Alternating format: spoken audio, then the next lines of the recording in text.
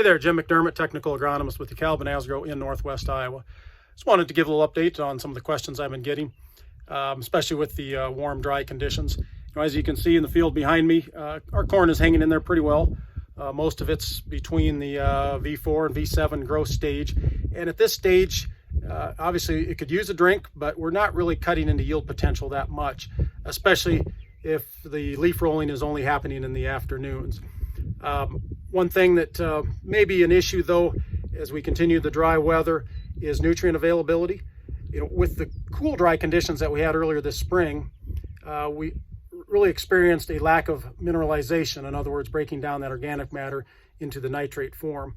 And with our roots right now in a fairly dry zone in the top 2 to 3 inches, I think the availability of nitrogen might become a factor here as we continue to stay dry. The other thing as far as the nutrient availability will be potassium.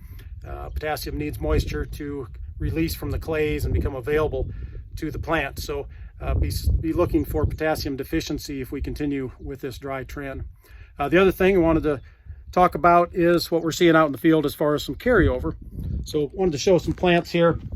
I've got a nice looking plant here on the right out in the field, but if you look on some of the lower leaves, you will see some subtle symptoms of Fomesafen, which is active ingredient in herbicides like Flexstar and others. Some of that veinal striping.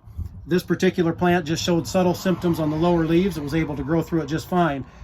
Out in the field, basically a 1x rate. Over here on the left, though, we've got a plant that is taking it a lot tougher. And if you look, you can see the veinal white striping. The midribs also start to look translucent or white. That's a telltale sign. But this is on the headlands, had at least a 2x rate, so it's going to have a heck of a time coming out of that, especially if you look down, planting depth was a little bit shallower there.